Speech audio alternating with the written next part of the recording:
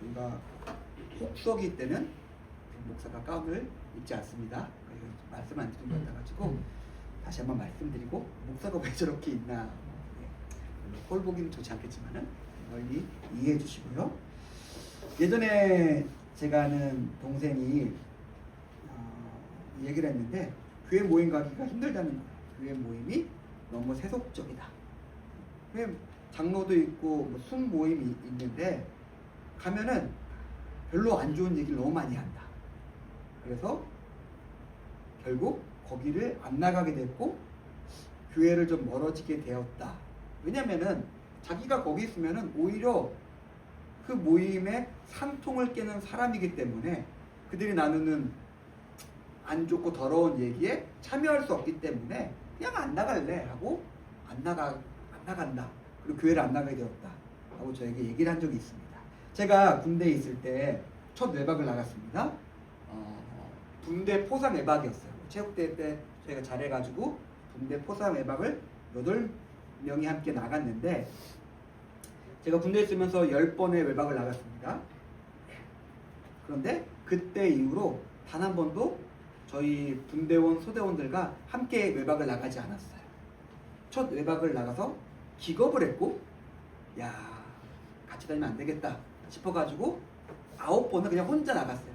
혼자 나가거나 가족이 와서 가족과 함께 외박을 나가거나 가족과 함께 점프해서 성남에 와서 놀다가 들어간 적은 있어도 다시는 부대원들과 외박을 같이 나가지 않았습니다.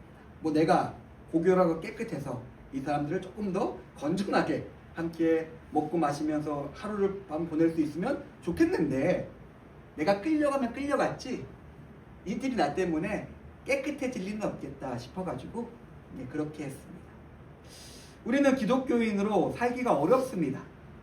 보고 있으면 그리고 살아가고 있으면 내가 세상을 바꾸고 선하고 아름답게 만들기는 커녕 내가 세상의 문화나 세상의 안 좋은 상황에 안 쓸려가면 다행이에요.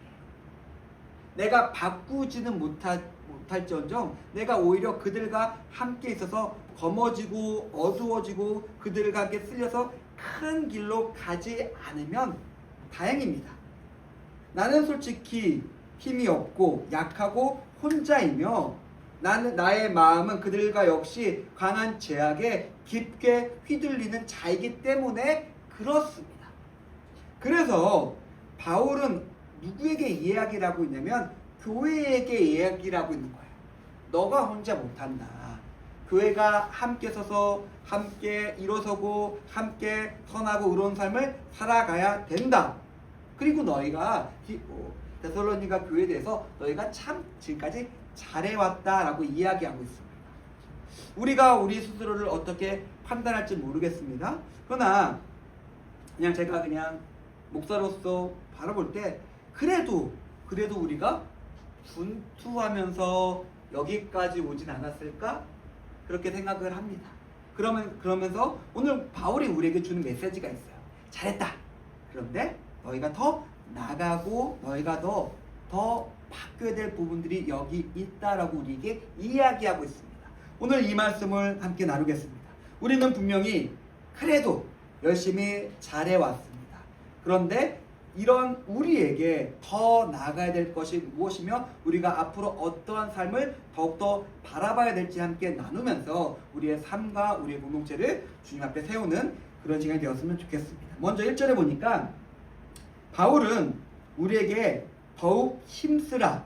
너희가 모범적이고 훌륭하게 했는데 더욱 힘써야 된다라고 이야기하고 있습니다. 이들은 무엇을 해야 되는지 이미 알고 있었고 하나님을 기쁘시게 하는 삶을 이미 살고 있었습니다. 그런데 바울은 아니야. 더 가야 돼 라고 이야기하고 있습니다. 신앙에서 하나님과 동행하는 삶에서 성령님의 인도하심을 받는 삶에서 어느 적당한 선은 존재하지 않습니다. 만약에 선이란 것이 있다면 그 선은 언제나 우리 머리 위에 저 높은 곳에 있습니다. 우리는 우리 스스로 만족하고 우리 스스로 괜찮다 생각하면서 우리 스스로를 제한하는 그 어떤 선과 기준이 있죠. 다른 사람들과 비교해 봤을 때 나는 나만큼, 나 정도, 우리만큼 하는 것이 어딨어? 라고 생각할 수 있고 스스로 뿌듯해할 수 있는데 바울은 명확하게 이야기하고 있습니다. 우리의 선은 우리에게 있는 것이 아니라 다른 사람들과의 비교에 있는 것이 아니라 저기 하늘에 있다. 하나님에게 있다. 라고 이야기하고 있습니다. 제가 축구와 야구를 참 좋아하는데 그래서 거기에 참 많이 시간을 쓰곤 하는데 그것을 하면서 부러운 사람이 있고 이해하기 어려운 사람이 있습니다. 당연히 부러운 사람들은 축구와 야구를 기가 막히게 잘하는 사람들을 부러워해요. 야, 어떻게 저기서 저런 플레이를 하지? 어떻게 저런 시야를 가지고 어떤 저런 패스를 넣어줄 수 있지? 야, 부럽다. 이게 당연히 부러운 거겠죠? 그런데 이해하기 어려운 사람들이 있어요. 축구는, 야구는 운동이다. 거기서 운동장에서 그라운드에서 사람들과 함께 공놀이 하면서 땀 흘리면서 그렇게 보내는 것이 축구다, 야구다 라고 저는 생각하는데 그것이 아닌 축구와 야구의 부수적이고 다른 것에 집착하는 사람들이 있습니다. 예전에 어떤 김종국 씨가 나오는 TV 프로그램이 있었는데 어떤 친구가 축구를 너무 좋아해서 축구 유니폼이 정확히 기억이 안 나는데 2,000벌인가? 진품 비싸요. 몇십만 원짜리 하는 게 몇천 벌 단위로 있는 거예요. 어떤 생각이 들었을까요? 야, 저건 그냥 뭐 미친 거 아니야? 축구는 나가서 즐겁게 땀 흘리면서 사람들과 어울리는 스포츠지 유니폼 그런 것에 집착하면서 그것들을 쌓아놓는다? 저게 축구일까? 야구도 마찬가지. 제가 아는 분이 한 달에 몇백을 버는데 몇백만 원짜리 글러브가 쫙 있어요. 수집이죠, 수집. 취미라고 할 수 있긴 하겠지만 너무 과한 거 아닌가?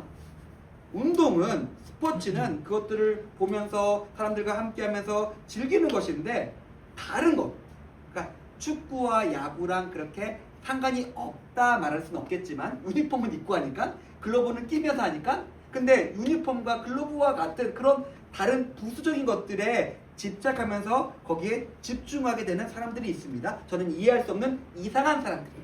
성경에서 그것을 말하고 있는 거예요. 그것을 말하고 있는 겁니다. 우리가 만족하고 우리가 느끼며 우리가 즐거워하는 어떤 그런 부분들이 있습니다. 우리의 신앙은 그 정도 선이 아니다. 그 정도 선에서 하는 것이 아니라 하늘에 계신 하나님을 바라보면서 우리의 표대를 거기에 세우고 그것을 위해서 우리의 삶을 들여서 나아가는 것이 신앙이다라고 이야기하고 있습니다. 근데 우리는 내가 판단하는 적절하고 온당한 기준과 그 정도의 수준에서 그냥 교회도 가고 헌금도 하고 사람들 만나는 것을 신앙이라고 생각하고 있다면 우리의 신앙은 성경에서 말하고 있는 신앙이 아니에요. 이방인의 종교입니다. 하나님은 한 번도 그렇게 말씀하신 적이 없기 때문에 그렇습니다. 우리는 쉽게 우리의 것으로서 하나님이 주신 것들을 그냥 적절하게 타협하고 적절하게 다듬어서 내 것으로 만들어 버립니다. 성경은 그것을 우상이라고 부르고 있어요. 나를 위한 것이지 하나님을 위한 것이 아니기 때문에 그렇습니다. 우리의 삶에 핵심적인 기둥과 그리고 가치와 기치와 표대가 있습니다. 그것은 우리가 닿을 수 없는 저 높은 곳에 있는 것이고 그것을 따라 살아가는 삶이 하나님이 기뻐하시는 삶이라고 이야기하고 있습니다. 우리는 더욱 힘쓰고 더욱더 힘써야 됩니다. 우리가 그렇게 노력해야지만 우리는 그것을 향해 나아갈 수 있고 하나님과 함께 동행할 수 있기 때문에 그렇습니다.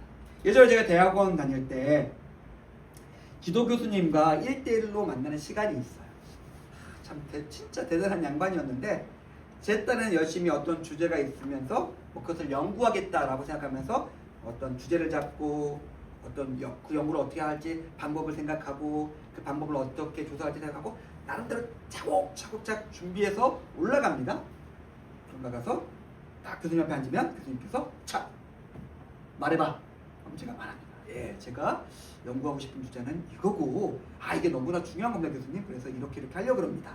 라고 저 혼자 5분만 이야기하고 있으면 혼자 버벅거리고 있어요. 교수님은 아무 말도 안 했는데 내 스스로 알게 됩니다.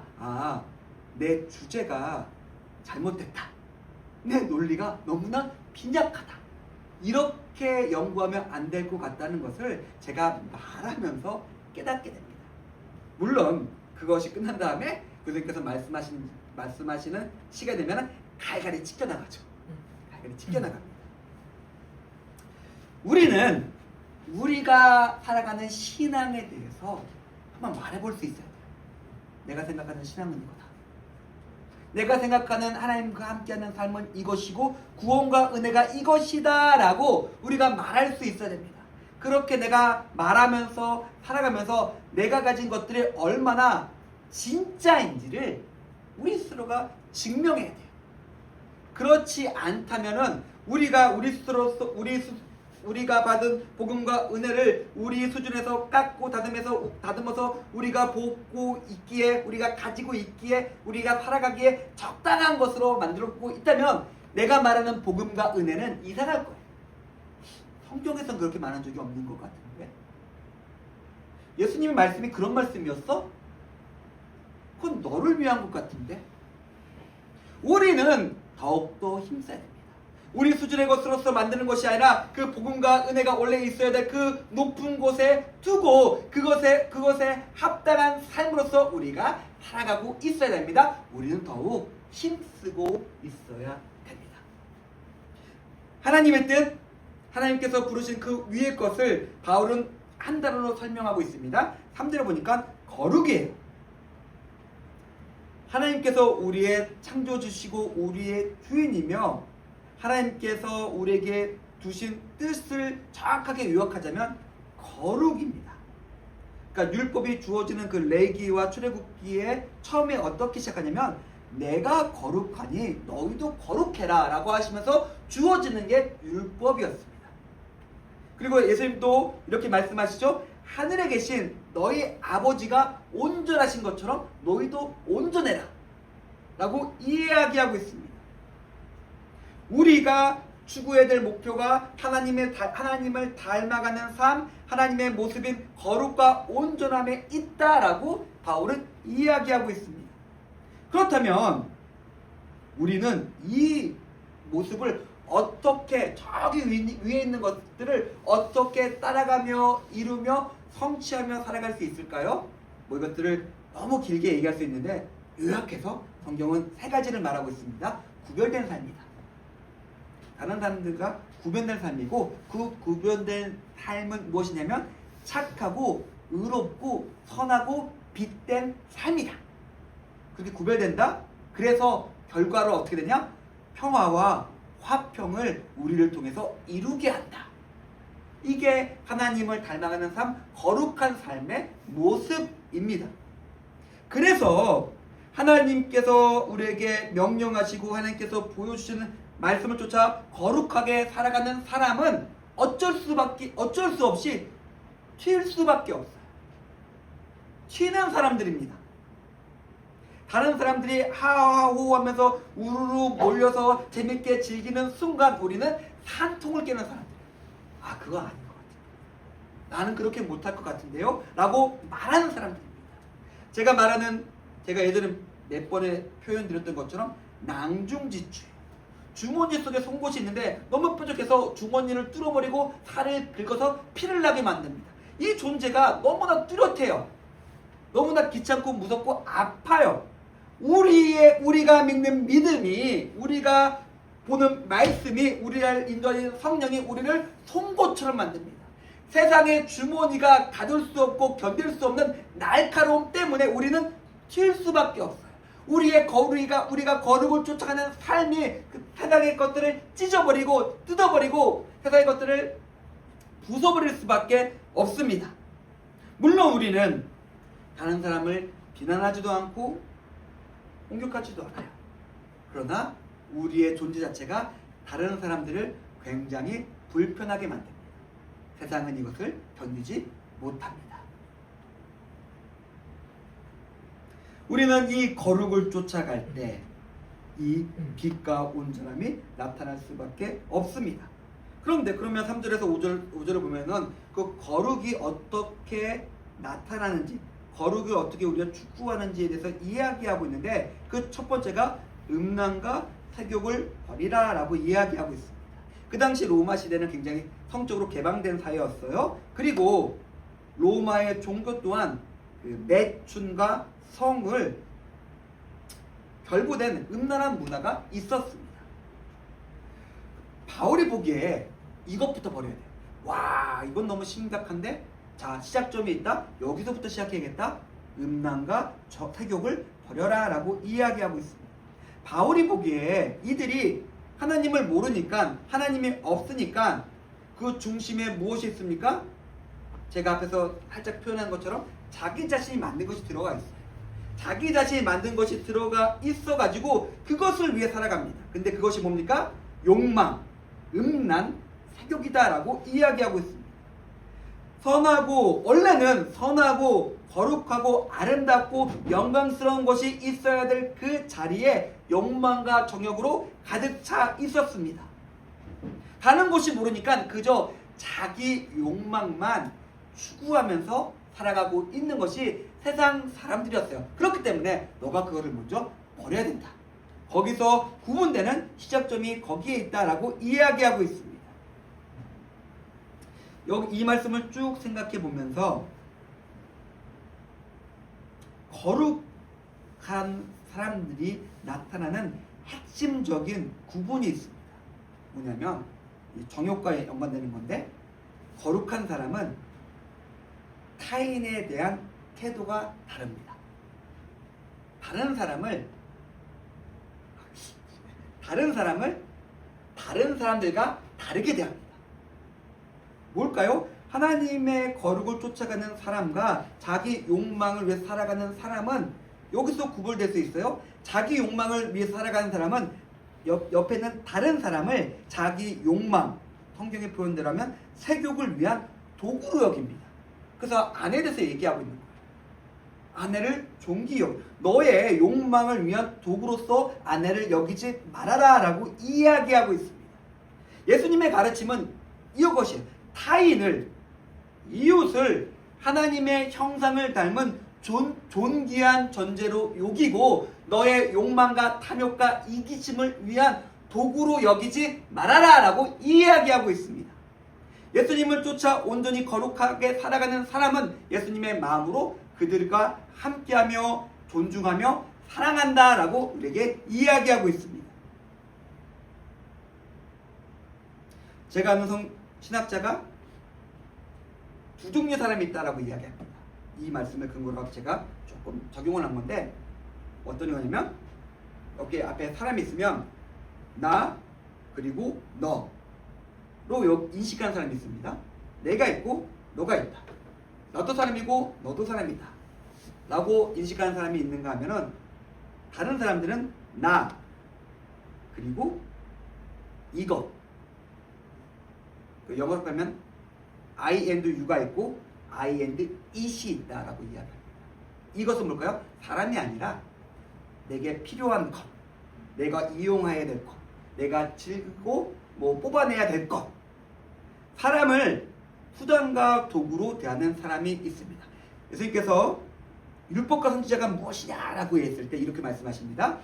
무엇이든지 남에게 대접을 받고자 하는 대로 너희도 남을 대접하라. 이것이 율법이요 선지자니라. 황금률이라고 부르는, 우리가 그냥 황금의 법칙이라고 부르는 것이 이것이에요. 너가 받고 싶으면 너도 그렇게 대해라. 너가 이렇게 돼 있으면 다른 사람도 그렇게 될 것이다. 너는 사람이고 다른 사람을 내가 이용해야 되고 내가 착취해야 되고 내가 어떻게 사용해야 될 대상으로 여기고 있다면은 우리는 하나님의 거룩을 쫓는 사람이 아니라 우리의 마음속에 들어있는 탐욕과 욕망을 쫓아가는 사람이 됩니다. 성경에서는 바울이 그래서 이야기하고 있습니다. 6절 이하에 보면 6절 보면 이야기하고 있어요. 너가 다른 사람을 도구로 여기고 거룩히 여기지 않고 그들을 이 도구로 이용하려고 한다면 하나님께서 신원하실 것이다 라고 했는데 이건 복수입니다. 복수하실 거야. 하나님께서 너가 그런 식으로 사람을 대하면 그 사람이 받고 있는 아픔이 있고 착취가 있고 어려움이 있는데 하나님께서 그거 복수하신다 라고 이야기하고 계십니다. 왜 그럴까요? 내 욕망을 이루며 살아가기 위해서는 필연적으로 이 사람이 해와 피해를 당할 수밖에 없기 때문에 그렇습니다. 아플 수밖에 없기 때문에 그렇습니다.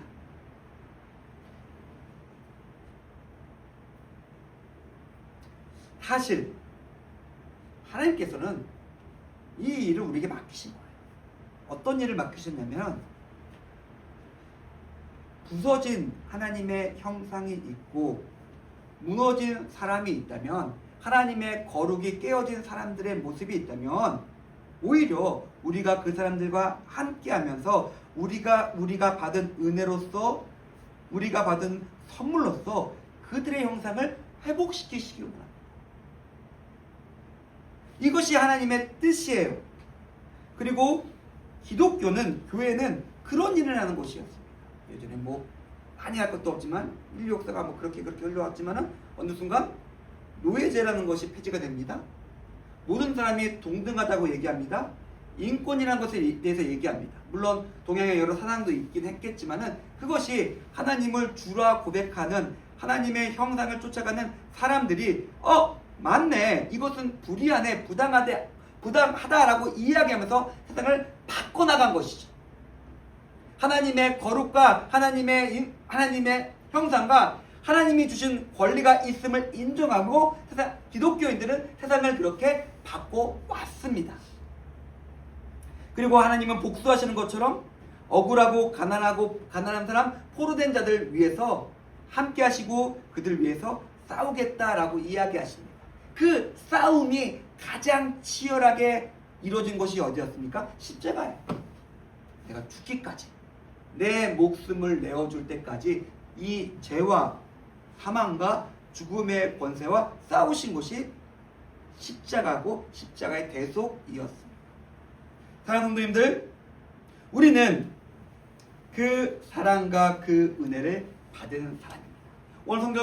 오늘 설교를 통해서 저는 명확히 두 가지 태도를 구분했습니다. 우리에게 받은 것들을 우리 식도로 만들어서 내가 가슴에 가지고 그것을 살아가는 사람, 그 사람은 필연적으로 다른 사람의 거룩을 깨트리는 그런 삶을 살아갈 수밖에 없다고 말씀드렸고, 분명히 우리가 더 추구해야 될 하늘 위에 있는 하나님께서 우리에게 준 거룩이라는 목표를 보면서 그것을 향해서 살아가는 사람은 내가 받은 그 사랑과 은혜를 가지고 깨어진 그 하나님의 형상을 회복시키며 살아간다라고 우리 이 시간에 이야기했습니다. 우리는 어떤 삶을 살아가고 있습니까?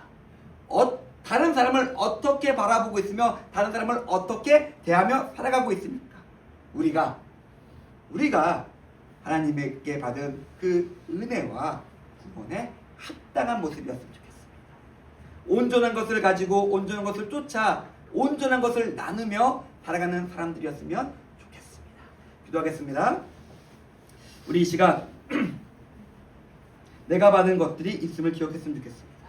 내가 은혜를 받았고 구원을 받았고 선물을 받았습니다. 그리고 그것들이 나를 아름답게 만들었습니다. 그리고 내가 받은 그 아름다운 것들로서 우리가 다른 이들을 아름답게 만들고자 합니다. 하나님께서 함께 하시고 우리 가운데 그런 선하고 아름다운 일을 지어 성취해달라고 우리 그렇게 기도하며 하나님께 나가도록 하겠습니다. 기도하겠습니다.